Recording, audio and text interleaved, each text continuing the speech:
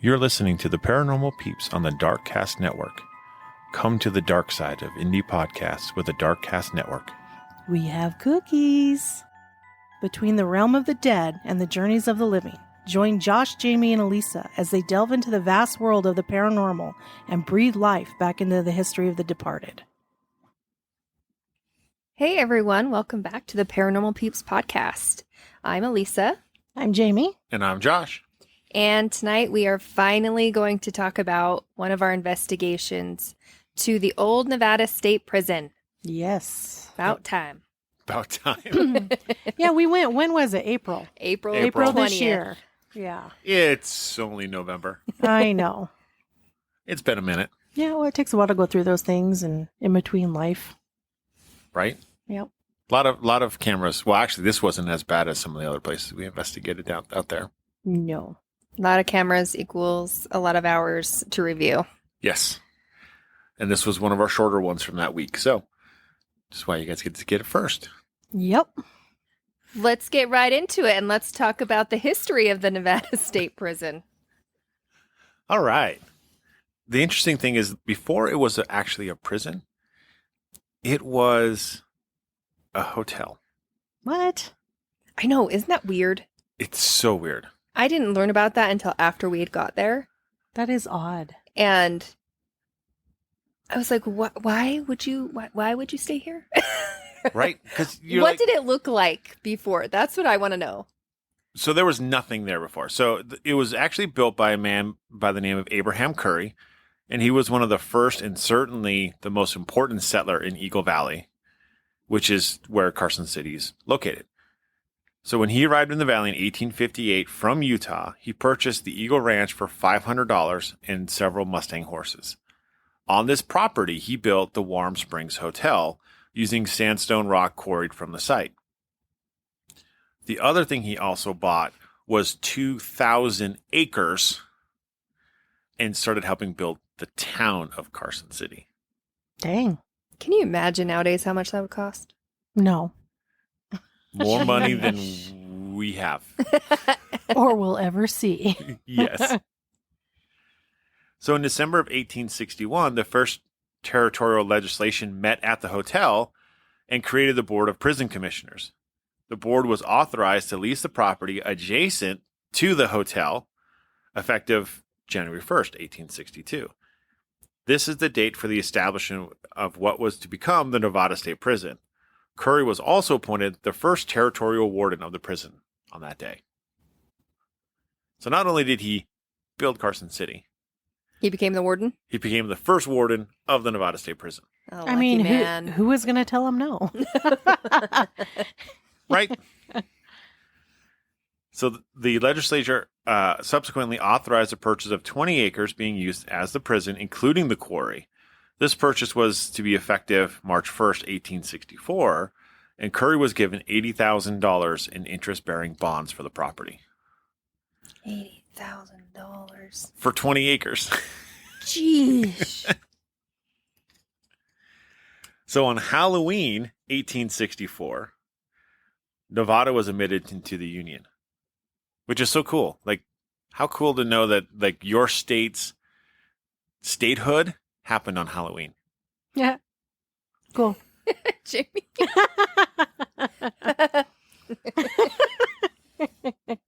Don't be so excited. So, on May 1st, 1867, a fire occurred at the prison with a total loss of all buildings and all the prison records. Ugh. The buildings were rock and mortar structures covered with dry wooden shingles. So it's assumed that the inmates set fire to their shed-like housing. And then in 1870, another fire occurred and a major portion of the institution was again destroyed. This incident resulted in the construction project using quarried stone on the site and inmate labor to build substantial structures. So 2 fires. Yeah. Burn it down again. You'll just build another one. The Well, inmates. Yeah. I think the first time they're like, okay, we'll build you a new one. We'll make it better. It's like, you did it again. You got to build your own this time. Yep. So on September 17th, 1871, the most dramatic event in history of the prison in the 19th century occurred. The captain of the guard was attacked while locking the inmates in their cells on this late Sunday afternoon. 29 inmates participated in this escape, acquiring guns from the armory, shooting the lieutenant governor Frank Denver and several guards, killing 2 people. Most were recaptured. 2 were hung by a posse, and the ringleader was never found. He just had all those other guys to be caught, and he was just quicker. Right? So in Mono County, California, there's a place called Convict Lake. And that's where the escapees made their final stand. So there's even a lake named after them. Lucky. So what do I do? Gotta get... What about hella? I don't even know what I'm saying. What do I have to do to get a lake named after me? Well, you need to go to prison, escape from prison. Escape. Okay. Have a standoff. And have a standoff at a lake. Or a pond, whatever. But it has to be already unnamed. Okay. So, yeah, it shouldn't be too bad, right? I could do that. Or you can just, get a couple $1 million, buy a lake. Name it. And name it after you. Name it after you. Yep. So the following year in 1872, legislation resulted in the repeal of the portion of the Constitution which established the prison as the responsibility of the lieutenant governor. So a new warden was appointed, but the lieutenant governor Denver refused to hand over the institution and refused to allow the governor or any other member of the prison board enter the prison. So he held the prison hostage. Finally, the governor called out the militia in March of 1873. Confronted by 60 soldiers and small artillery, Denver surrendered the institution. You'd think after being shot the previous year that he would have been like, yeah, you know what, I'm good. Well, apparently not. The prison, they build stuff. There's an industry inside the prison, right? The primary means of support for the prison during the 19th century was the shoe shop, where inmates were engaged in the construction and sale of footwear. In addition, the institution obtained funds through the quarrying and dressing of sandstone taken from within the perimeter of the institution. Although it was not the major source of income, the quarry had the most profound and lasting effect on the face of Carson City. Public buildings and homes throughout Carson City reflect the prison as a source of substantial construction material. In fact, there were 12 different buildings in Carson City built with sandstone. One of them being one of the original mints. So that's where they, print money. Mm-hmm. And then there was another massive structure that was mechanic yard for the trains, which is now since gone. Yeah. And even Abraham Curry's house was built from the sandstone from that quarry. Oh, I'm sure he was like, hey, I want you guys to build me a house. Right? You built a prison, now build me a house. While you're at it. So the interesting thing is, because they're digging in sandstone, right? Sandstone has the reputation for being one of the locations where fossils are found the most. Yep. Oh, I didn't know that. And so in the late 1870s, inmates working at the quarry in the prison discovered fossilized footprints of prehistoric creatures. Dang. Dinosaurs. Yes. And then in 1882, the Carson City Sheriff communicated the discovery of the footprints to the California Academy of Science in San Francisco. So the footprints were correctly identified as La Brea fauna of the Paleocene era, but were attributed to the previously unknown race of giant humans. Giant humans? Giant humans. I knew there were giants on the earth, but... Yeah. Yeah. At that point, the prints were estimated to be about 2 million years old. Varied interpretations of the origin of these mysterious impressions fueled academic controversy and varied attribution from giant humans to giant sloths. In the end, the sloth advocates won out in 1917. Other prints include mammoths, native horses, large birds, dire wolves, and sloths, big-toothed cats, elk, and deer. Ooh, dire wolves. And I'm thinking the big-toothed cats. Yeah. Dire wolves would have been awesome. So the big-toothed cats. It all would have been cool. Yeah. We could have both pets. Yeah, one dire wolf and one saber-toothed cat. Yeah, they'd be squaring off all the time. You wouldn't have a house left. They're outside animals only. Can't So put- they roam around the neighborhood killing people? Well, look, if you're silly enough to be outside when the cat comes through, then yes. As late as 2013, scientific study has been carried out on footprints uncovered to the south of the license plate factory, while the fossil grotto had been compromised. The general area is a rich site of historic significance suitable for scientific research and demonstration, which is really neat that the fact that you can still get fossils out of that area today. So is there, do they have somebody that goes over there and like looks for them, or what's the deal? I don't know. I didn't look into that too deep. I just know that you can, that's where they came out of. Like, remember when we walked into the prison, it was just off to the right. Yeah. So that's where the end of the quarry was. So that's where you can still get all of the fossils. I just don't think that they do any excavations anymore. I wonder if they just if they let people, how some places will let people go in and for a fee and dig a little bit. I'm guessing they probably won't because it's a historic site and they don't want. Well, then you to why aren't they compromise. doing anything with it? Come on. Jamie's getting feisty. $10,000 to go dig. It would help the prison out for sure. Yeah, it would. I would do it. I think would. it'd be so much fun. I'd go over there just to do that. Right? It'd be a lot of fun. It'd be great. So in 1923, Leonard Fristow and two other inmates accompanied Warden Tom Slater in the warden's car on a trip to Reno. Left unattended by the warden, Fristow walked away and was not heard from again until 1968. Shame on you, Warden. Like, I'm taking these guys cross country. I'm going to go, take care. I'll be right back. I'm going to go get some snacks. Do you ever wonder, That was on purpose. if the warden and him didn't have kind of a deal? It's possible. Because isn't that odd that he's I'm It just going to had leave you to have been unattended on purpose. Yeah. I don't for 1 second believe that it wasn't. Well, maybe he was like a model citizen. And Oh, You're bull. not in jail and a model citizen. Yeah, you can't have it both ways. okay, maybe he was a model inmate. Model prisoner, Yeah. whatever that means. It means you're the best of the worst. But he was arrested in California after domestic disturbance and returned to Nevada State Prison. Oh, well, he blew it. His escape lasted 45 years, Holy cow. Oh, wow. That's pretty impressive, actually. which was the longest escape and recapture in the U.S. history.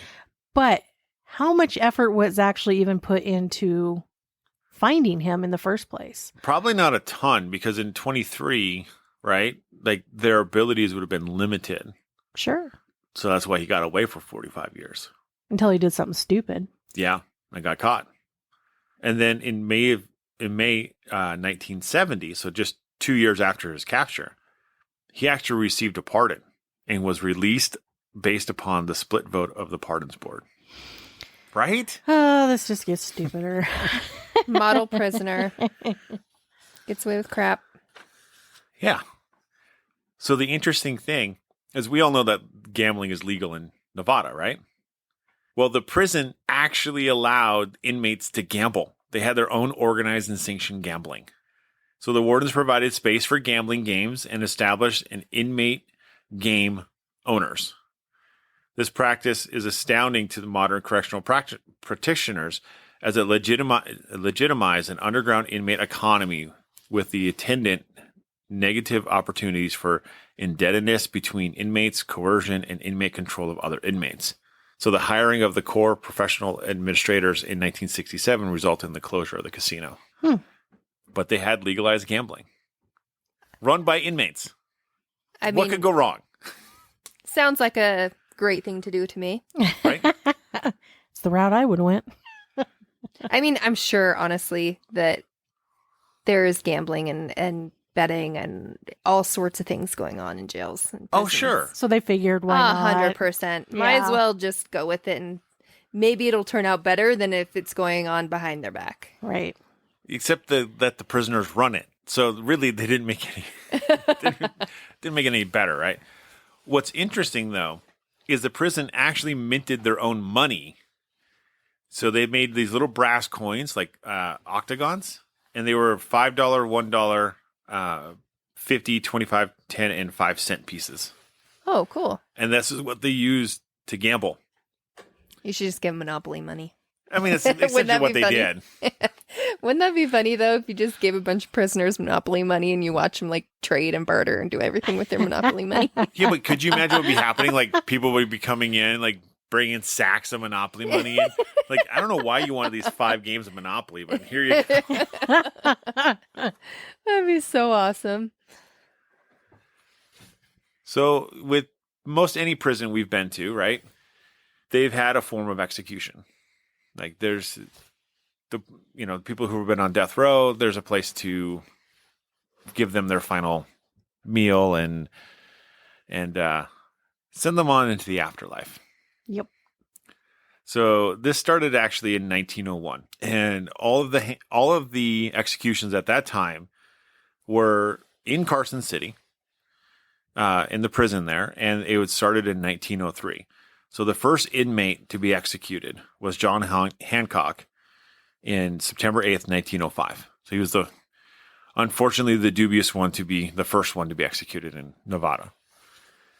The largest multiple execution in the history of Nevada occurred in 1905 when 4 men, Thomas Gorman, Al Linderman, Fred Wright, and John Sevener, were executed using a double gallows for the murder of a transient that they threw off a moving train while they pilfered the boxcars. Jeez. Holy. Yeah. They just hung them all at once. I mean, it's efficient. Yeah. It's going to work. Definitely efficient. So 2 Native Americans, one by the name of Indian Johnny, who was a Shoshone, and Joe Ibapoth, who was a Gashute, they were executed using the double gallows in 1906 for a murder of a transient. Jeez. Pays not to be a transient in Nevada, I guess. Mm-hmm. So in 1910, the Nevada state legislature passed a law that allowed condemned inmates to choose between execution by shooting or hanging. Okay, what'd y'all pick? Oh, I'd be shot for sure. 100%. I think shot. Yeah. Yeah. I'd be shot. Well, Does anyone pick hanging? only one person picked being shot ever. Only one picked being shot? Only one. Why would you want to hang? That seems like torture. It's great if you break your neck. If you don't, it's 15 minutes to die. I mean, why take the chance? Exactly. So Andriza Merkovich was the first and only inmate in Nevada to be executed by shooting. So then in 1921, a bill that authorized the use of gas was passed. So now they could use the gas chamber. 10 men had been hanged at the prison before the gas chamber came about. Condemned murderer Guy Jean of the Hip Sing Tong Criminal Society became the first person to be executed by gas in the United States. Wow. What an honor. Yeah. Sorry. I mean, someone's got to be the first, right? Glad I was him and not me. Exactly. So between 1924 and 1979, 32 men were executed in Nevada's 3 gas chambers. So most of them were done at Carson City or Nevada State Prison, but there were 2 other ones that they were used. So in 1983, it was changed to lethal injection. So in 1985, the serial killer Carol Cole became the first inmate to be executed by lethal injection. And the last person to be executed was in 2006. Oh, wow. Yeah, that wasn't too long ago. No. So a total of 12 men were executed by lethal injection in the prison. That doesn't seem like very many, though. No. It doesn't seem like that much, does it? Mm-mm. But when you look at when you're in the viewing area where the chamber's at, that wall is lined with photographs of inmates that were executed. Yep. There's just a lot of people there. So up until 1964, Nevada State Prison was the only state prison in Nevada. But then they opened up a new one in Northern Nevada Correctional Center. And that started working as a maximum prison until 1989 when the Eli State Prison opened up in Eastern Nevada. So cute. So the decades of 1970 and 1980 were characterized by inmate violence, legal challenges to an antiquated correction system, The institution witnessed several murders of inmates, high-profile escapes, numerous hostage incidents, and the attacks on the staff. So the NSP also became troubled by racial tensions and the rise of prison gangs. The operation of the prison became an issue to the gubernatorial election campaigns of 1982, contributing to the defeat of the incumbent governor. Ultimate control was regained by the hiring and influence of Tom Tamer, the former warden of San Quentin, George Sumner. In the 1980s, the NSP was expanded onto the northeastern bluff. These new housing units proved to be poorly designed, with obstructed lines of sight, minimal opportunity for inmate supervision. These flaws, along with the deterioration of the original infrastructure, encroaching community, and the disordered perimeter, resulted in the phased closing of the institution, and the prison finally closed its doors on May 18th, 2012. So it operated for 150 years. Not bad. Not bad at all, which definitely leads to the fact that there's a lot of people that have gone through there, that have died there. I mean, when we took our tour through the prison, we learned about all sorts of people that were maimed or hurt or murdered on the property. Oh, yeah. And they were like all over the place. Yeah, it was a lot. So, which leads into Our investigation. Yeah, exactly. Dun, dun, dun. So we started in the culinary / dining room, you know, where everybody went to eat their meals. But what was interesting to me is that there was a fence down the middle. There was. Like the tables were divided into two sides with a fence in between. It was two cages, Yeah. essentially, is what it was. Yeah. It was Wonder like a why. chain link fence. It was controlling inmates coming and going. So that way they wouldn't have riots and fights and stuff in the prison. Because if you notice in the back where we walked in, there were also two gun nests, and then there were two gun nests. Oh, right. So they got to keep people in line. Obviously, with the rise in violence and the gang threats that were happening in there, that it was pretty common practice for people to get into fights and murder people in, well, wherever. Yeah, you had your enemies and Yeah. blah, blah, blah. So we actually investigated with Paul Welch. He's pretty good about that area and knows it fairly well. He's been there plenty of times. So he kind of took us around a little bit and investigated with us. But we kind of started out with putting every piece of equipment out possible. Overload.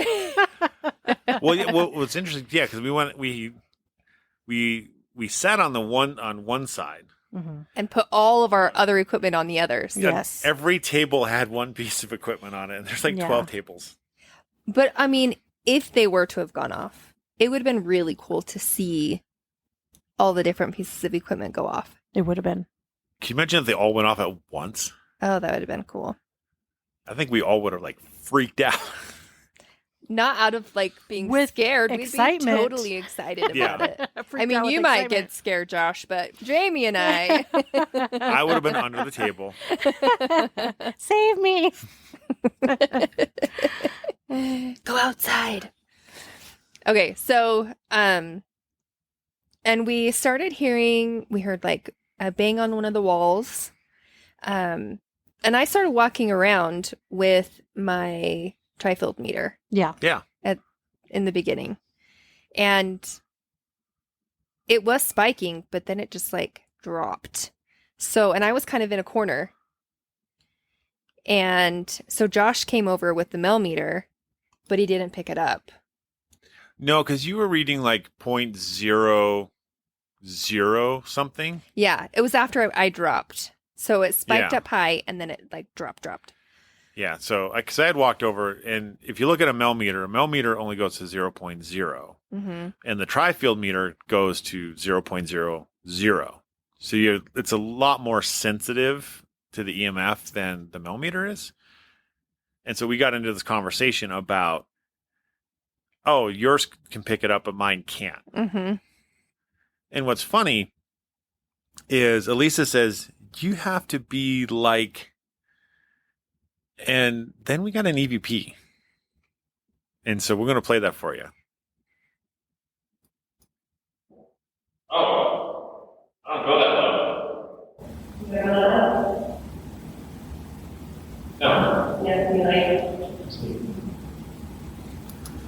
So what does that say, Josh? It says Satan. Rude. Play it again. No.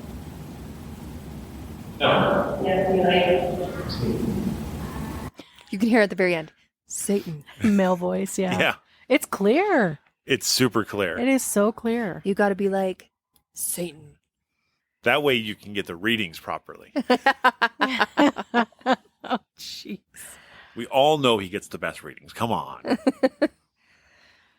So then right after that, Paul turned on his Echovox, and Paul's name comes out twice Yeah. in the Echovox. And then it also says Beth, which I thought was interesting because he talked about having that come through quite a bit. Yeah. It started back in Sanquin, Utah, where there used to be a place called the Family Tree Restaurant.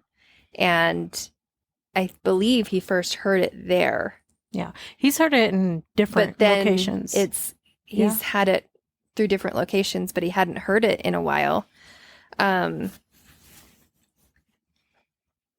he said something about it like following him or something. Anyway, so I thought that was quite interesting. But the music box started going off, and it didn't stop for a while. Oh, no, it didn't. It was going off for a hot minute. It was. The interesting thing is, one, that music box went off a lot. But it's just an infrared sensor that plays like 3 seconds or whatever of music. Creepy music. Creepy That's music. Awesome. In this case, it's the Nightmare on Elm Street. 1, 2, Freddy's After You, saying the song that was in those movies. But that was off the entrance to Culinary, like to where the kitchen was at. Yeah, it And was we like were in the doorway. in the doorway, and nobody was walking through in No. that section. So what was setting it off? We really don't know. Well, I kind of have the same thing here as I was going through some of our videos. Yeah. Is, as Elisa said, Paul's device spit out his name. Paul seemed to not acknowledge it, but Elisa, she says, Paul, that just said your name, right? Because he didn't seem to register it. No, it didn't phase him. And it did it again. And Elisa's like, I've heard your name twice already. So then Paul proceeds to ask if he says, if you followed me here, how many, I think what he says, because it's really hard to understand the end of it. He says, if you followed me, how many are in this room? And then through that device, there's a female that says 10.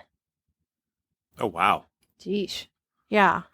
So then Paul asks, are you in the hallway? And like within a few seconds, that's when the music box started going off. And it continued to go off.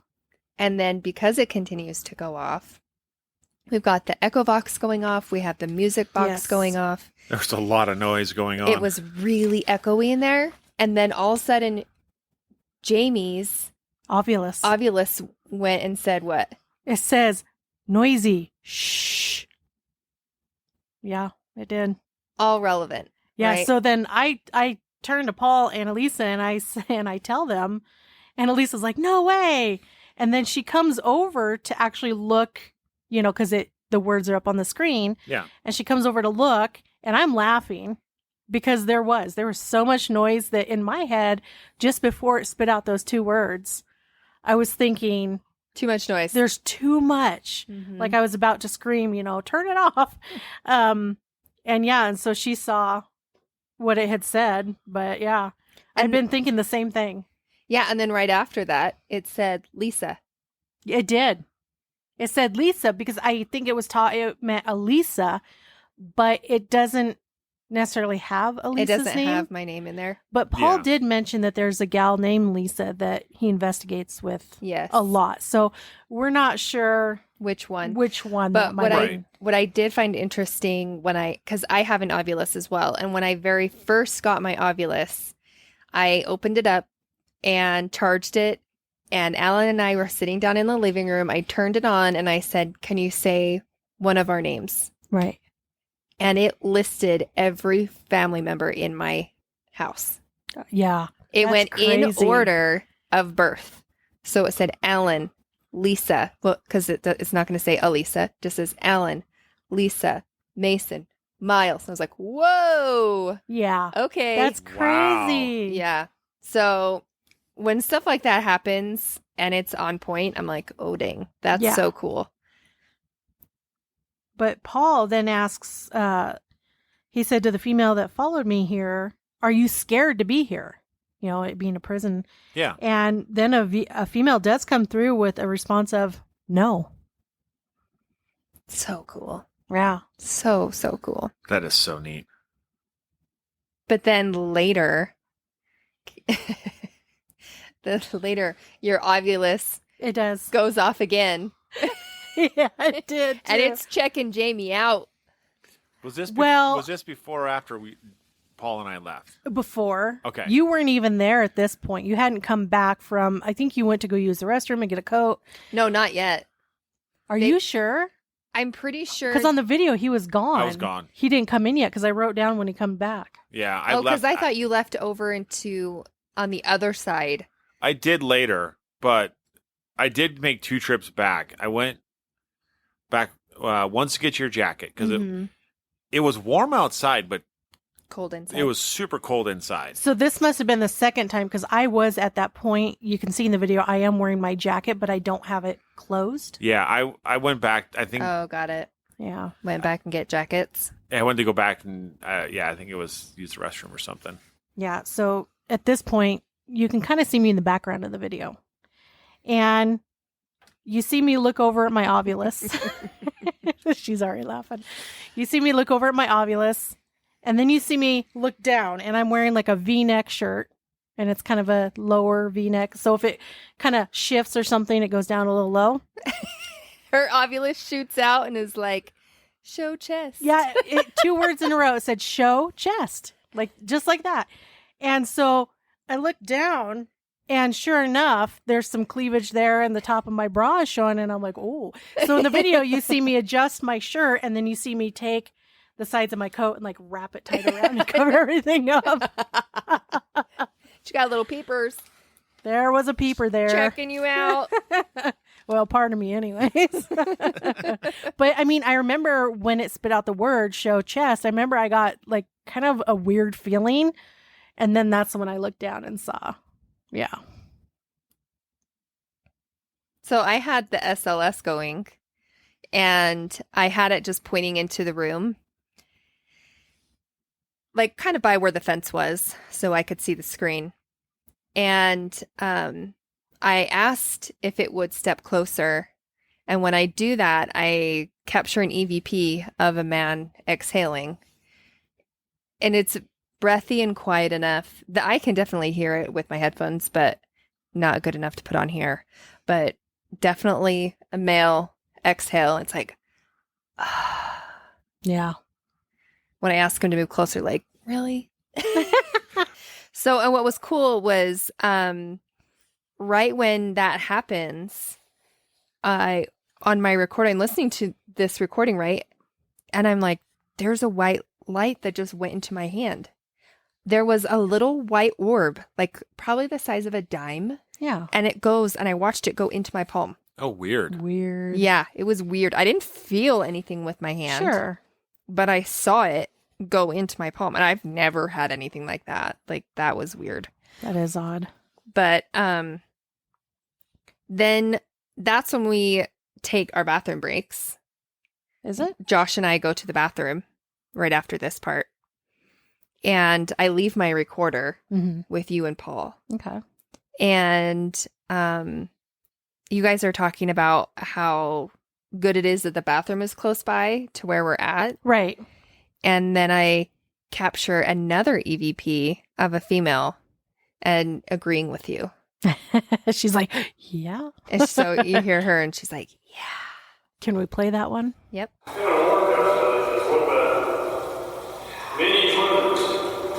Yeah, you hear it just under Paul's voice. Let's play that again.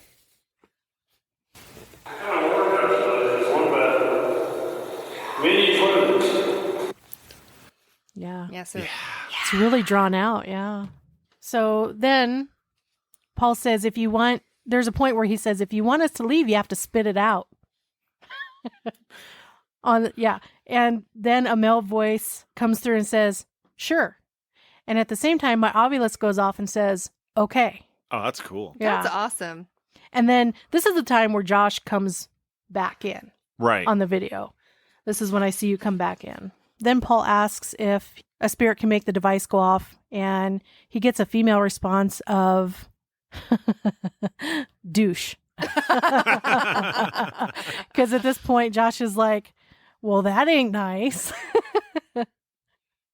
So, and then I have, like Elisa was saying, we hear the name Beth. Mm-hmm. And I think that came through a couple times. It did. But yeah, we think that's, Paul had mentioned that was somebody or a spirit that does follow him, but he hadn't heard from her in a long time until that night. Yeah. And then she came through. And then Josh says, what do you want to do to us? And a response comes through the necrophonic. I think it was the necrophonic that he has running. He called it an echo box. Okay, so maybe it was that. But Josh says, what do you want to do to us? And a voice comes through saying, cut you. That's also not very nice. That's also not very nice. So at this point, right after this happens, so as I'm reviewing this video, kind of in the middle of the frame, what comes down is what I'm assuming at the moment when I first saw it is dust with light refracting off of it, right? Sure. Because we get that a lot. People think they're orbs. No. Well, and the fact that I had already seen one visibly. Yes, exactly. So anyways, it comes down kind of quick, right? It comes down quick. As it gets to the bottom of the screen, it slows way down, like in ultra slow motion, and it starts to pulsate. That's cool. Yep. It starts to pulsate, and then it comes up a little bit, and then it goes down. It That's disappears. awesome.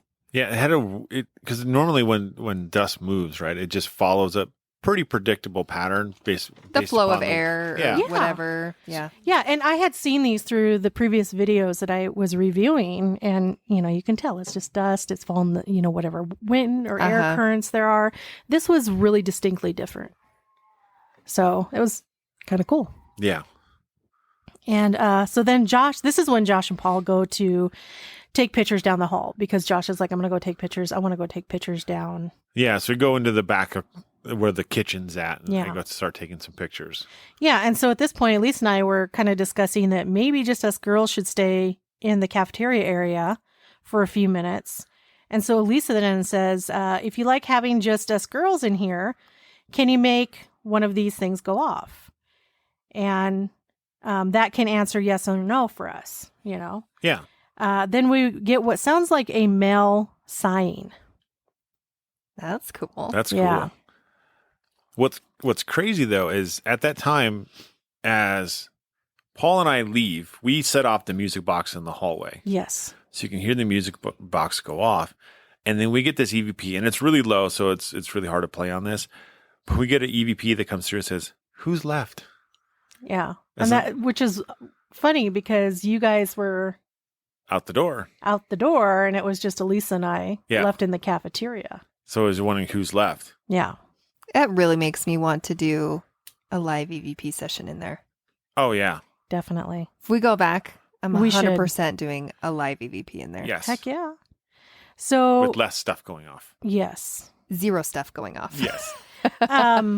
So at a certain point in one of the videos, it sounds like there's a couple of really light footsteps. Oh, Paul and Josh are gone. gone. I can't even hear them at this point Yeah. at all. Their voices are nothing. And it's just Elise and I. And you can see clearly we're both in frame of the video. Yep. And we're just sitting there. We're not moving or nothing. And Elisa says, man, the temperature has dropped like 3 degrees in the last hour, meaning it's just getting colder out. Obviously the sun's going down. Yep. Yep. And then Stacy and Karina come in. And at this point, we start packing up to kind of move to our next location. Right. So while you two were alone, so we had 2 cameras set up. We had this full spectrum that had Elisa and Jamie in view, and we had this other just IR camera pointed on all the fun devices on the other side. So after Paul and I leave, and somewhere there where Jamie hears the footsteps, Elisa says, you were saying real loud, and then she pauses and then says my name, because that was coming through either the echo box or the necrophonic, whatever was being played. Yeah. And there's a male voice that comes through that says, did you enjoy? And it's right in the middle, so it's really hard to hear. But this starts off this crazy sequence because Jamie responds and says something. It's because of the camera's off to the side, it's real echoey, so I couldn't quite make out what she says. But then this male voice comes through and says, Element 35. No idea what this means. Okay, hold on. But what's crazy is there's a female voice that responds immediately afterwards that says, on left. So it's like they're having some form of conversation. Well, it's like somebody's like, Element 35? Okay, so that's bromine. Bromine? Mm-hmm. Element 35 is bromine. Maybe just, hey, bro. Maybe that's his name, bromine. Could be. You never know. But it was right after she says on left, which is interesting because to the left of the camera, there was a loud bang that happened in there. And it sounds like it's coming from the roof. Like something was banging on the roof. When I asked our guides there, our people that were there in the prison with us about it, they said that the top of the culinary is a foot thick of concrete. So it couldn't have been. It was nothing on top. Oh, dang. That's cool. That's super cool. That's good to know. Yes. And then Elisa asks, can you come stand by me? And then we get a male voice that says, not yet. And then a second male voice comes through and says, get outside. Jeez. And then that's followed by 3 like breathy sounds in a row. Just weird. So freaking cool. Yeah. It's so neat. Awesome. I'm going to cut this and put it together so we can get it up on our YouTube channel so you guys can see it and listen to it, because it will play a lot better with audio and visual than just us talking about it. But it was so neat. And the thing is that was just the start of the night. It was. Well, and things like that don't happen as often as people think they do. No, they don't. Especially in a session like that. Yeah, it was real, like just bang, bang, bang. It was a minute of almost rapid fire EVP style, which is very odd. Which is also cool, but because it tells you that there are multiple entities in that room with us. Yeah. Yeah. Which goes in line with the how many of you were here, and the answer was 10. Yep. So yeah, we moved on. And where do we end up? Where do we go from culinary? Well, we went to the gas chamber area. We did. We went to the execution chamber. Yes. Which has been converted over now to lethal injection. Right. So instead of having the chairs in there was the bed. The gurney. Yeah, with the straps. Yep. So Elisa and I actually set up in the actual room, right? Yep. And Josh and Paul go outside of the room and they go in a cell. With Stacy and Karina. Well, Stacy and Karina were in that cell. They were in the last cell. They were, so we went into what's called the last night cell. So we decided to do an Estes method in the execution chamber area.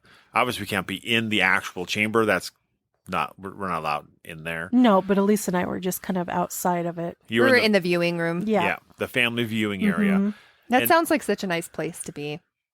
Family viewing area. Watch why we kill this person. Right. And Paul and I were in one of the last night cells. Yes. And Stacy and Karina were in the other. Yes. And so we decided to do an Estes method.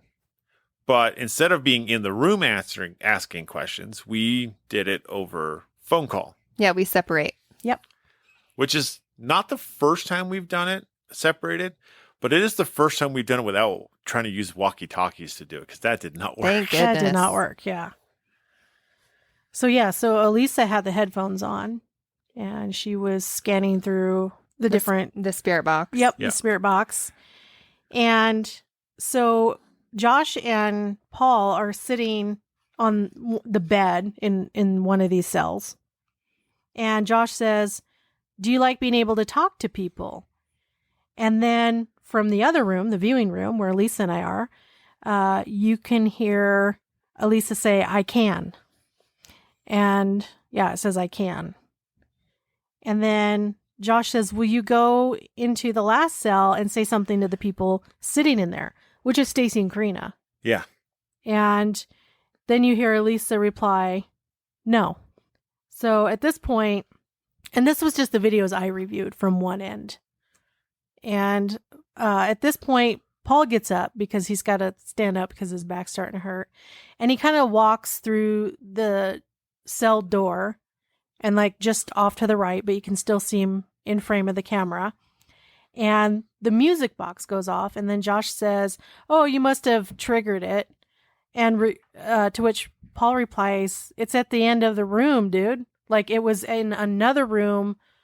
Like there's no way he could have triggered that." Yeah, it was actually... So in the cells, there's a room that leads into what was the gas chamber, the execution chamber, and then to the right goes into the control room.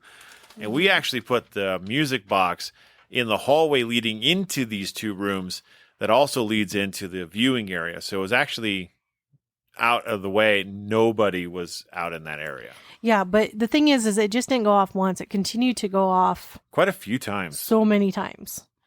And at this point, where Paul is standing, which is just outside of that cell, he's not moving like at all. You can see him clearly on camera. He's not moving. And so then Josh proceeds to say, "Who's coming down the hallway?" And then you hear a very quiet and quick "me." And I'm not sure what that's. Yeah. Like EVP. It says "me." That's awesome. That's all it cool. says. So then Josh asks, "Do you think about your life before you died?" And then you hear a very quiet one-syllable response that I could not make out at all. That's always tough. Mm-hmm. They're not always easy to make out. No. And sometimes you can't. Yeah. Yeah. You just can't. And so then things kind of go quiet for just a little bit. And Paul says, "Are you done talking to us?" And then you hear what sounds like a hiss. Oh. And so I went back and I replayed this over and over. I wanted to make sure that like when this hiss happens that Paul's not moving. Yeah. And I wanted to make sure that Josh wasn't moving. And they weren't. But it sounds like really close. Like super close to the camera. Jeesh. So And hissing is actually, I don't want to say it's common, but I've probably been hissed at, geesh, a good handful of times. Oh, yeah. You have. I remember a couple of them. Audibly. Yes, very audibly. But here's the thing with this hiss, okay? Paul doesn't react to it at all. Josh seems to. Oh, really? But he says nothing. But you see him, like you hear this, like, hiss, and then you see him like, oh, like he heard something. yeah, he's like looking over where the camera's at. So he reacts to this. It's because you're psychic. But he says nothing. Like Sean Spencer. I'm psychic. Yeah, he just quickly turns his head. So there's a dead. there's a clear reaction. So at this point, we all decided to do a session. Paul says we should we all go in the viewing room and all do a session in there? And Josh gets up to leave the cell, and Paul's already wandered off. And this isn't paranormal. I mean, call it what you will. But Josh stops in the doorway and he says, "Uh-oh." Then he lets out a violent machine gun fart. And so personally, I really just want to apologize to the spirits that might have been standing behind him. Because Are we surprised? it was violent and it was like machine gun going off. Well, because he goes, "Uh-oh," and then you hear it. But then after it, he's done, then he proceeds to walk out of the cell. Out of the doorway, and Paul goes, "Uh-oh, what?" And then Josh just starts talking about something else. And that's as far as I got. This seems to be a theme every time we go ghost hunting. Yes. Isn't it? It's a theme. It is. Yep. It definitely is. But yeah, that Estes method lasted 35 minutes. Yeah, it was Holy pretty- cow, that's a long one. Yeah. It was a very long one. And there were some very Relative? relative responses. Yeah. There was also some very vulgar ones. That mean, was one of the more vulgar ones that we've had in a while. Yeah. I mean, we were in prison. I mean, Well, exactly. you know. What's interesting though is like because we're going through radio stations, we know that these vulgar responses they're not coming through the radio. They have to be spirit voices because the FCC would never allow you to say F you on the radio. No. Yeah. Although that exactly. came through twice. Yep. And in fact, one of them was I asked the question or someone asked the question, did you walk into that? And then Your fart. That's what I was gonna say. Right? And the response came back, and this is a long one. It's not the longest one, but it's definitely a long one. And Lisa's response was, let's go back to the way it was, back from today. And then it goes, I plan to F that. Oh, jeez. So it's like, oh, this is really neat. Like, let's remember something. And then it's like, where did that come from? Yeah, I do remember that there were Many. many voices coming through. Mhm. Yeah. And generally you can pick, there's, one or two that come through that you remember. And as you're going through the stations, that just continually goes through every station. It's the same voice. But for this one, it was a lot. I remember there being a lot. And it's very clear when they come through. Yeah. I don't know how it works. I don't understand it because I'm scanning radio stations fast enough. There's no way I'm getting full sentences. There's no way. No. No. I'm not sitting on a station for that long. This is an example of how fast it's going. It's going. That is per station. So there's no way I'm getting any full on sentences out of that. No. Not a chance. So when you get these full sentences, they're pretty darn clear. And sometimes these full sentences are coming when you're not even getting any radio stations coming in. Yep. Yes. And it's like the really low, I don't even know what the scale of it is, but the low numbers on the FM stations. Oh, 88s, 89s, Yes. 90s. Those, yeah, they're not used a lot. Yeah. And then it'll go up to the super high ones, and it's just like, there's no way. There's Yeah. no way. Yeah. So what's interesting is you had this one, and the question was asked. I asked, "Are you stuck here?" Seems a very, tamer question, right? Yeah. The response that came through was, "Get bent," and then it goes on, and it's, "I'll pulverize you, and execute you, and attempt it." Geesh. And then Elisa's response was, "Oh, that was a long one." Yeah. And Jamie's like, That was a lot. "That's a lot." And then we got an EVP. So I'm going to play it because it is a very interesting female voice that comes through. Are you stuck here? Get a gun. I'll pulverize you and execute you and attempt it. Oh, that was a lot. That's a lot. I love it. Yep. Really high pitch. Yep. Doing a little Mariah Carey in there. A little bit. Octave higher now. Geesh. But yeah, That was a pretty awesome session. It was. it was. That was an awesome session. And that's still really just in the beginning of the night. It was. It was still early. So then we all get back together, and Paul is using the dowsing rods, and he asks to have them point to the person that he's talking to in the room, because there's all those pictures on the wall, Yeah. and it points to David Blackwell. And what's interesting is, so he was executed because he shot 2 detectives. And then he was done and didn't talk anymore. So I actually looked him up, and I looked him up, and someone else had gone in there a different time and done an EVP session and got his name through an EVP. Oh, wow. Yeah. So I thought that was interesting because I think it validates who hangs out in that room. Absolutely. Yeah. And there was a big article on him. And in the article, it was, of his death in the newspaper.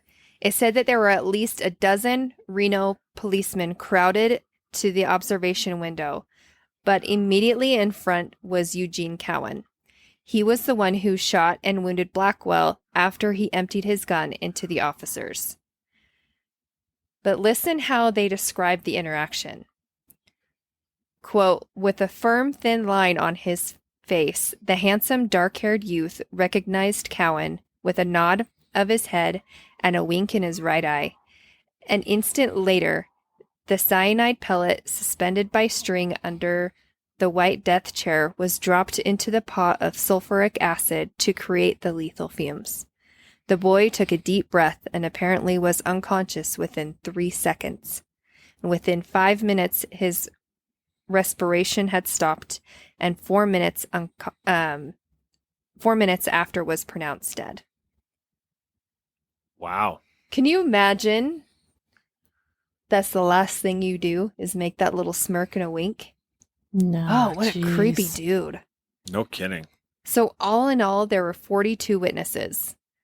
That's not a big room. It is not. Mm-mm. I don't know how they fit 42 people in there. Standing room only. Yeah. So Cowan said while he was standing there, quote, the day he shot Roy and Alan, I promised him I would be here when the time came. Wow. Dang. That's pretty powerful. And yet he's the one who looked at him and was like, wink. I mean, I don't know why he's the one winking, because he's the one about ready to die. I don't know. If we go back, we'll have to ask him. Maybe. It would be an interesting way. It would be an interesting conversation to try to have.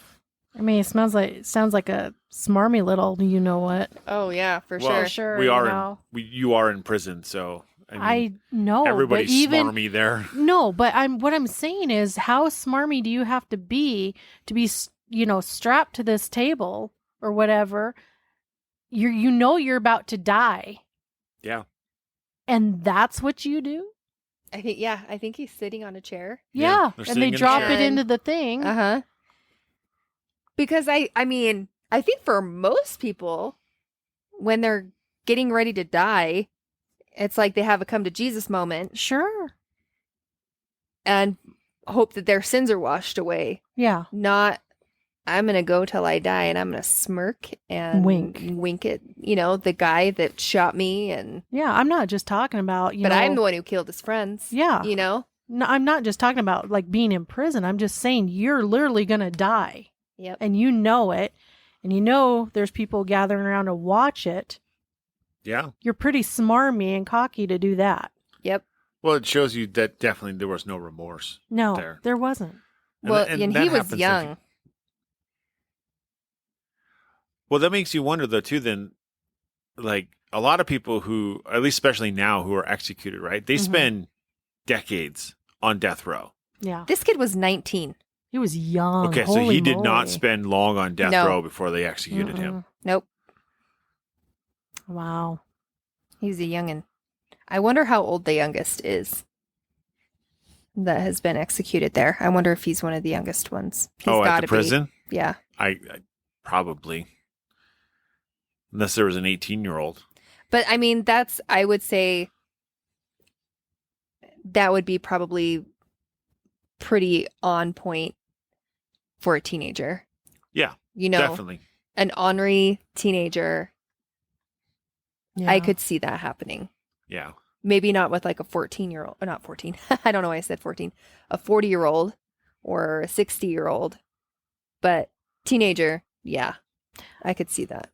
I think it just depends on the person themselves. For sure. Because, I mean, in today's day and age, like you can watch these videos of these young teenagers getting sentenced, and some just break down and I want my Start- mom. hyperventilating Uh-huh. and are, just go crazy.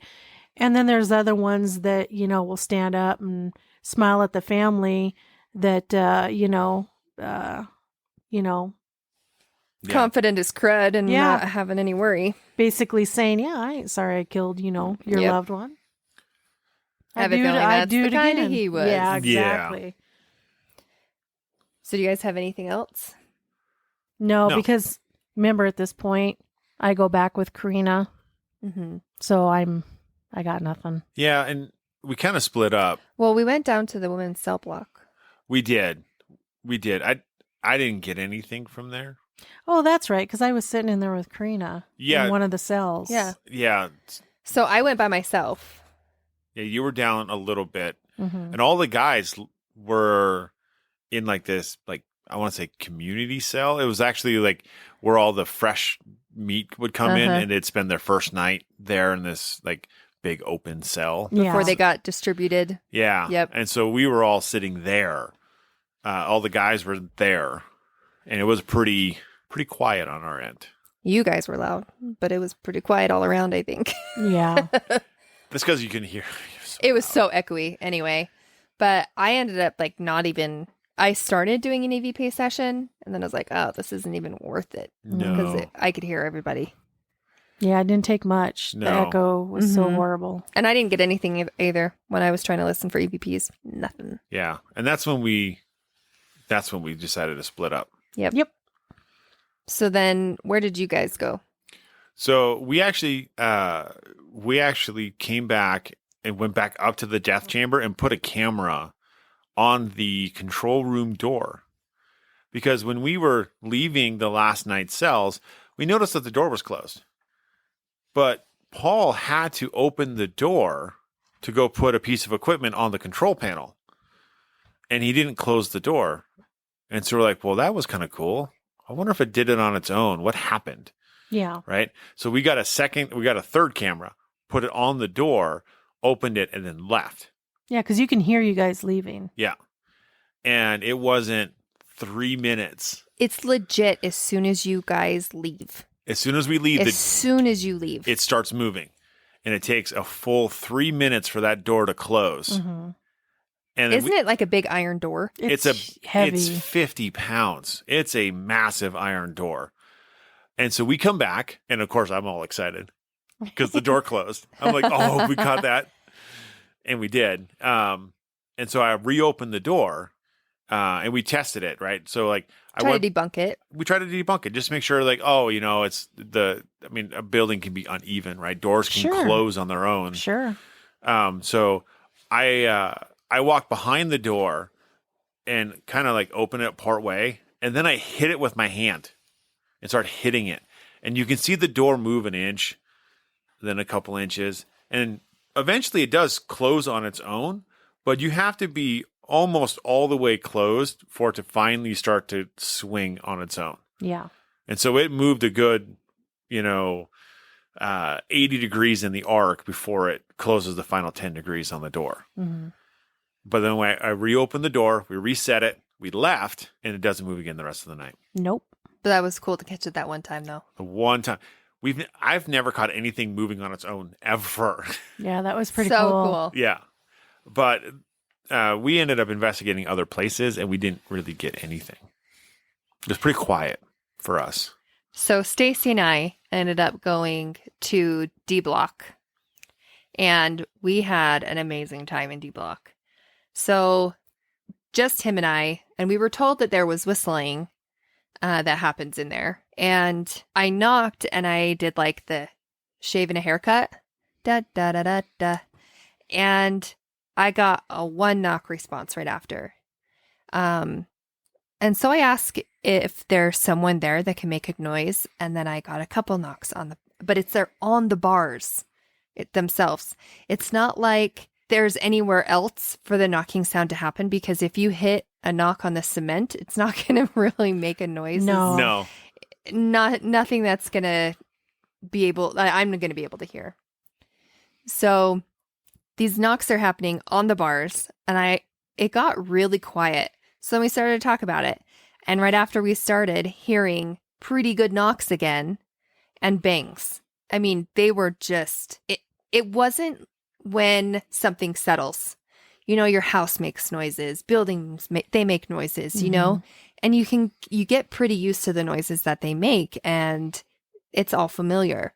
We had been in this building for a while, and I know every place is going to be different, but we were sitting in the D block for a while with nothing. And then all of a sudden it was like boom, boom, boom, boom, boom, boom on the cell blocks or on the bars. Yeah. That's so cool. So, but they were happening on the other side of the block. So Stacy and I moved to the other side of the cell block where all the knocks were coming from. And it was only a few seconds after we sat down that we got a loud bang. And we were like, what? That's so good, right? Because it sounded like somebody took like another bar and just whacked it on the door. So like metal on metal. Yeah, like it was pretty good.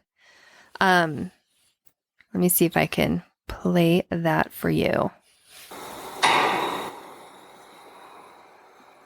Oh yeah. That's super loud. And it was like right behind us. So then I do shave and a haircut because the last time I did it, I was on the other side and it sounded far away, right? So I did shave and a haircut again, and I will play that for you too. I'll play that response. But mind you, my stomach is just starting to growl and it's not stopping when it's so frustrating. It happens often for all of us investigating. Yeah. Oh my goodness. Okay, I'll play that for you. So you'll hear me talk about my stomach growling. Let me do it one more time.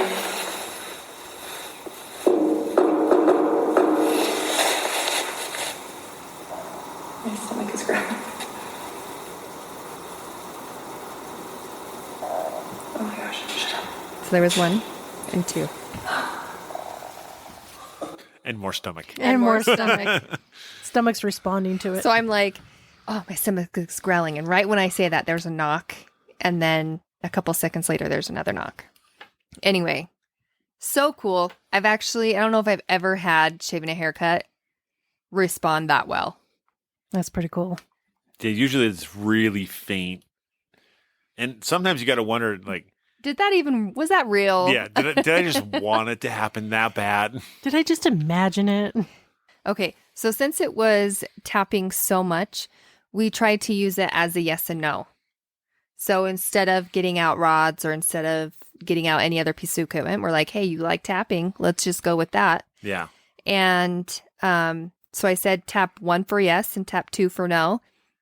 And I said, is it hard for you to communicate? And we got 2 taps. And mind you, these are right on cue. That's so Okay, cool. That's awesome. These are not, okay, wait a minute. And then, oh, I think that was the answer to it. No, these are, is it hard for you to communicate? Done.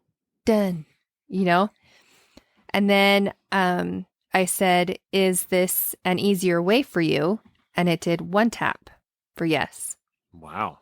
And I said, did you only serve part of your life in here? And it said 1 tap. So yes. Did you get out when you were old? 1 tap for yes. Do you just like to hang out here? 1 tap for yes.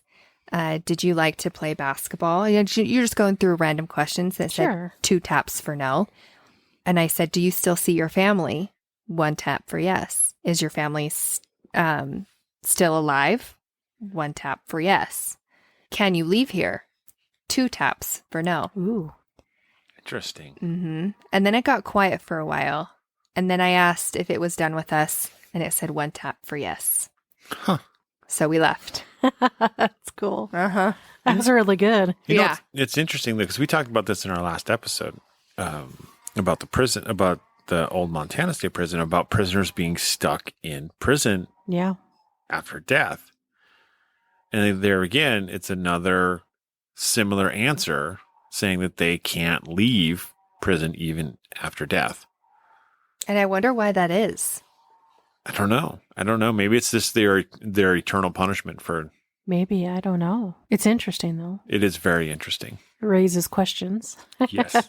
Lots of questions. Yeah. Well, see, and I also wonder, too, if it's something where, I I know that some people, when they go to prison and they leave, it's like they don't know what to do with themselves Mhm. and with their life. And if you get out, he says he got out when he was old. Yeah. Yeah. What can you do at that point Oh, exactly. for a job or for any type of lifestyle? Yeah. Yeah. Well, and I've heard much more modern stories of where prisoners have gotten out. They didn't know what to do. Purposely went so back. They purposely committed a crime to go Mhm. back. Yep. Yeah. Yeah. And that was highlighted in the movie Shawshank Redemption. Yeah. Yeah. Red was talking about that before Mm-hmm. he hung himself. Yeah. So I'm wondering if if in those cases, if that's just what it is. It's like, well, I don't really know what to do with myself. I know this place better than I know any other place. Yeah. Right. This is more what I call home. So I'm gonna going to be stay here. here. Yeah. So then Stacy and I go over to Maximum in the bullpen, and I take out my Ovilus, and it says Europe. When we did the tour, they said they actually got a lot of people from Europe, which I thought was interesting. Well, that is interesting. So I brought out a second recorder that only records when it hears sounds, but didn't catch anything. In here, we were getting a few knocks, and I asked if it was just too loud in here, and I got a really deep sounding knock. And then we did the same ask and answer that we did in D Block with the taps. And I said, did you stay in your room while everyone was out? Because I got a sense that this guy was kind of a loner. Yeah. And it said 1 tap for yes. And I said, did you just try to stay alive? And it was 1 tap for yes. And then again, it went really quiet. And it almost felt like that one didn't have enough energy to communicate. And I think that's fairly common. Some entities have more energy Yeah. than others. Yeah. Yeah. Such in life. My husband has way more energy than I do. But that's all we got in that one. And then still in maximum security, when we went over to the cell blocks, and Stacy and I started talking about what they did to get in there, and we heard 4 footsteps Oh, dang. audibly. We were just sitting there. Toot, toot, toot, toot. That's awesome. It was so freaking cool. And then right after that, I felt something touch my hand. Ah. Yeah. And then right after that, Stacy saw down the hall a shift in the light that something blocked it, and then it got darker. Oh, wow. Whoa. So we tried to debunk it, and we couldn't. There was nothing that we could do to debunk it. The windows were high enough. There's no way that anything could have been outside.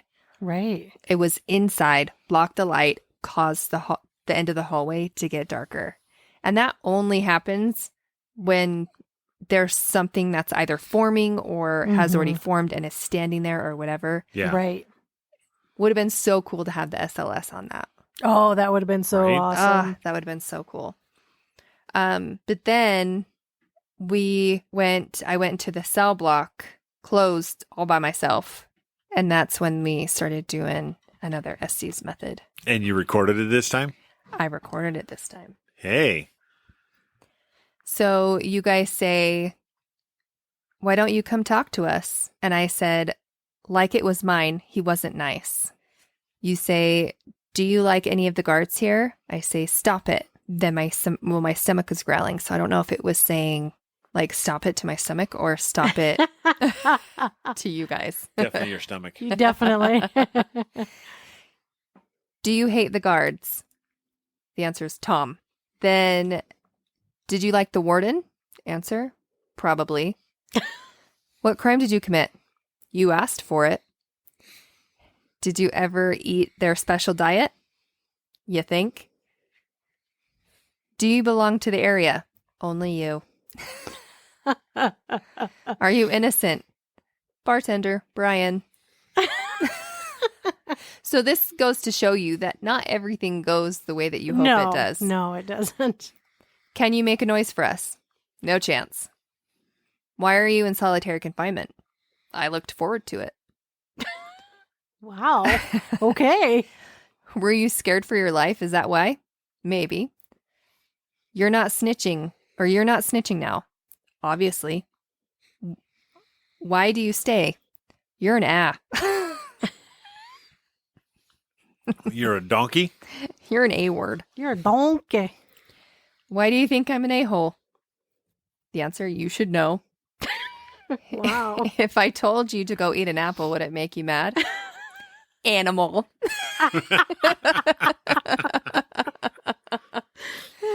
What's your spirit animal? Don't you know?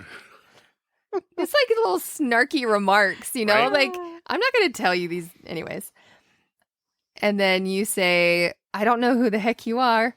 And then I say, come take me.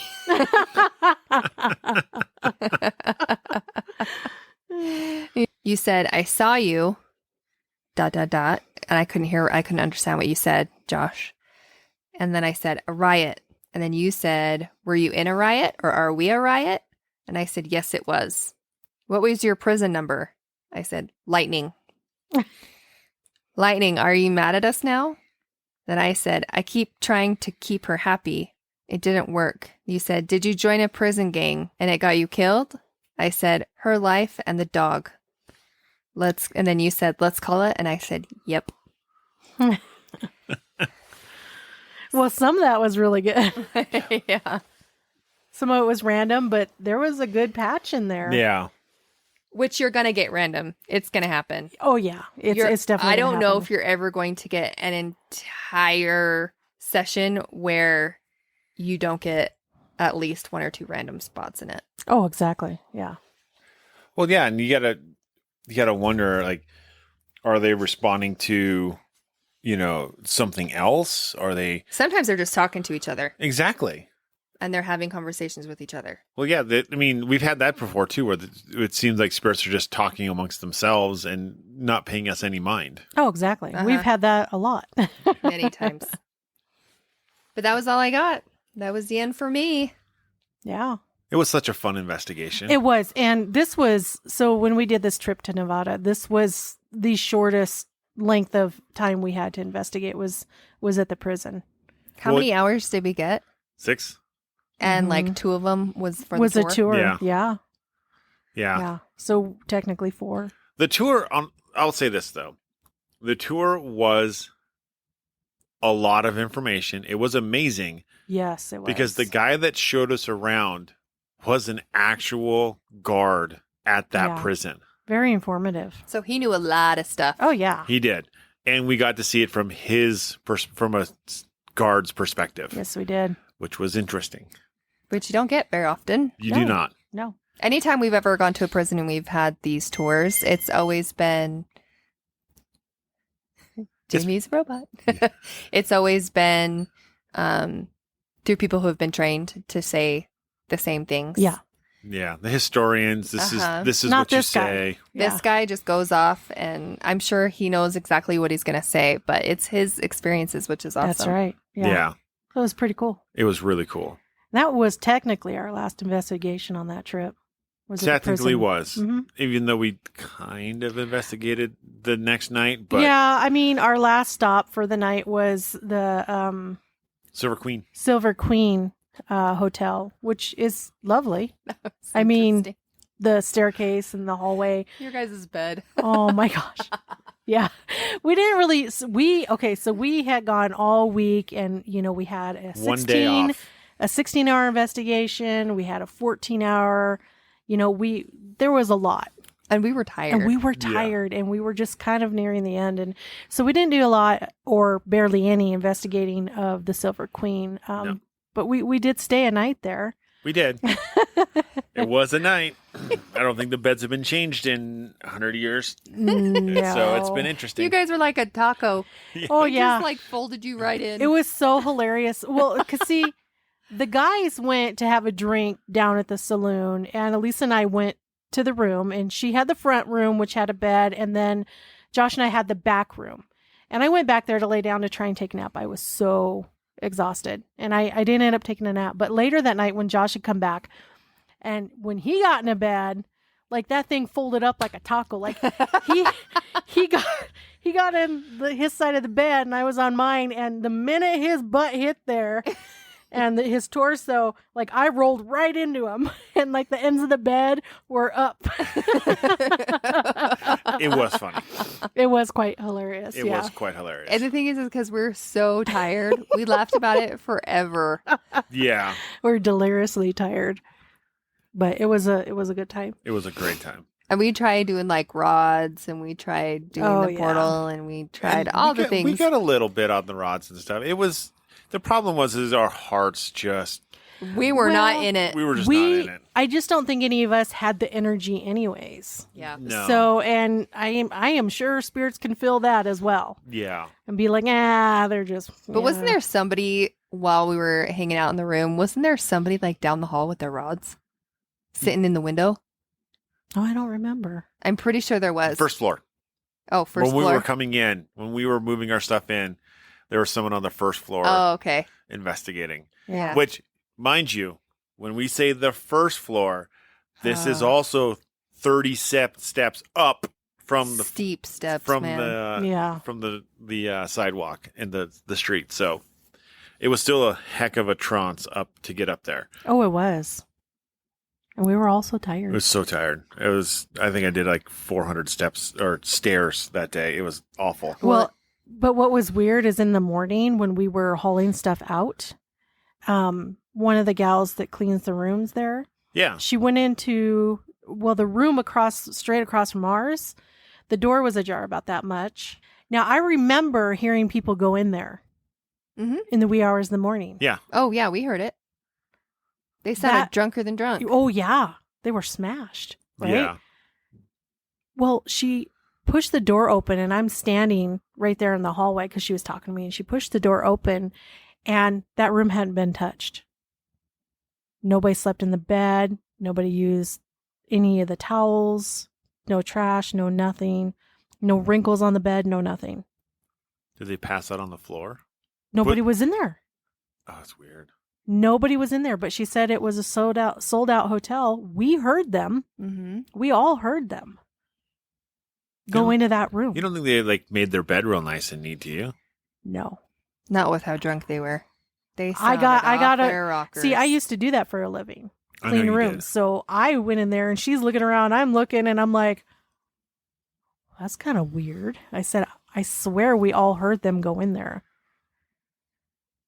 I'm wondering if they didn't go in there and go, nope, and went back to the bar and drank all night. Oh, man. Maybe. They totally could have, because Yeah, it was just I mean, really weird. I looked into the room and I was like, oh, okay. Because Yeah, there the rooms is aren't anything. Yeah, they're not anything to write home about. No. That's for sure. the whole town closes down at like 5:00 at night, except for one bar casino Well, that except stays for on open the 24 weekends. hours. Right. But that one place stays open Yes. 24/7. Yes. And so they could have stayed there and drank all night long. Maybe they did, but it was just kind of weird. Yeah. Like nothing had been I don't know. I touched. didn't hear him leave. Well, see, that's just it. I didn't either.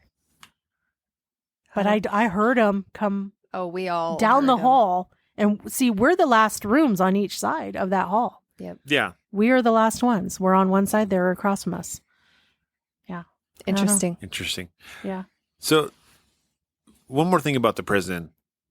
It's been in several movies. Oh, that's right. It has. But what's interesting about that is the first movie was in 1921. Mm-hmm. And the last one was 2017, but all the rest of them were in between that time frame. It was still an operational prison. Yeah, do you use them as extras? Maybe. Or was the whole prison still in operation or just parts? Well, probably just parts. Yeah. So there's several movies, and I haven't heard of any of these movies, but there are 3 movies that have fairly famous people in them. Okay. So one was called Death Watch in 1965. That had Leonard Nimoy in it, which, for all you Trekkies out there, that was Spock. Well, if they're a Trekkie, they know that. Exactly. For those all that- you that aren't Trekkies, it's Spock. it's Spock. There was another movie called An Innocent Man, and that had Tom Selleck in it. I like Tom Selleck. Me too. And I saw the picture from that movie. They were in the yard Oh, okay. by the basketball courts. They were Yeah. standing right there. Nice. And then there was another one called Flesh and Blood from 1979, and that had a very young Denzel Washington in it. Wow. That's awesome. Yeah. So what was the one in 2017? That was called The Mustang. Never heard of it. No. And that was actually produced by Robert Redford. Right on. Cool. So, yeah. So there's quite a few then. There's quite a few. I wonder why they picked that one. I don't know. It's a good question. Maybe they were the cheapest. Could be. Or just matched what they were looking for. Yeah. But also, I think everybody might know that Ghost Adventures was there. Season 12, episode 10. Yeah. Surprise. Surprise. And I'm sure it was packed with demons. And I'm sure Zach probably got possessed at least once in every building. We all do. I mean, you know. It was funny. I saw a thing on Ghost Centers that posted. He's like, it's funny. I've been doing this for 30 years. I saw Did you that see too. that? Yes, It's Jason funny. Hawes. Jason, yeah. Mhm. It's like, funny. I've been doing this for 30 years and I've never been possessed and nothing's ever followed me home. Yeah, and then he's like, just saying. Just saying. Yeah, I had a pretty good laugh I at was that. like, oh, slap in the face. It's like, oh, we all know who you're talking about. Right? So let's talk about Cookie at the episode. Oh, yeah, that. I made a cookie. We ate it. It was good. It was good. What's interesting though is normally you pull out a recipe. This one you kind of just threw it Yeah, together. I just threw it together. So what I did was I just did a basic chocolate chip cookie recipe, but instead of throwing the actual chocolate chips in there, I had these Toll House. They're like white chocolate on the outside and cinnamon on the inside. So they're supposed to be like a cinnamon roll, like a frosted cinnamon roll.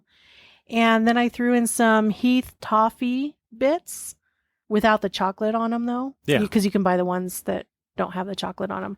And that's all I did. It was yummy. They were And really they're good. tasty. They're tasty. I have to say the cinnamon roll morsels are awful sweet. Like they taste so good, but I think it's a good thing that there's only like one or two in each cookie because It's a lot. it is But very, it's so very good. sweet. Yeah. You need a big old glass of milk. Oh, heck yeah. Yeah. This is Yeah. so good though. Yeah. So they would, just that simple. I think we've liked every one of them so far, except for one. Yeah, that Fruity Pebble Yeah, I could one go without was- the Fruity Pebble Oh, one. that was I not still liked it. good. You're weird. I know. We just want to say thank you, everybody, for staying with us, listening, and enjoying our episodes. And if you like what you guys have been hearing, please subscribe. Please like us and give us a review. And as always, stay ghosty, my peeps. And as always, stay ghosty, my peeps.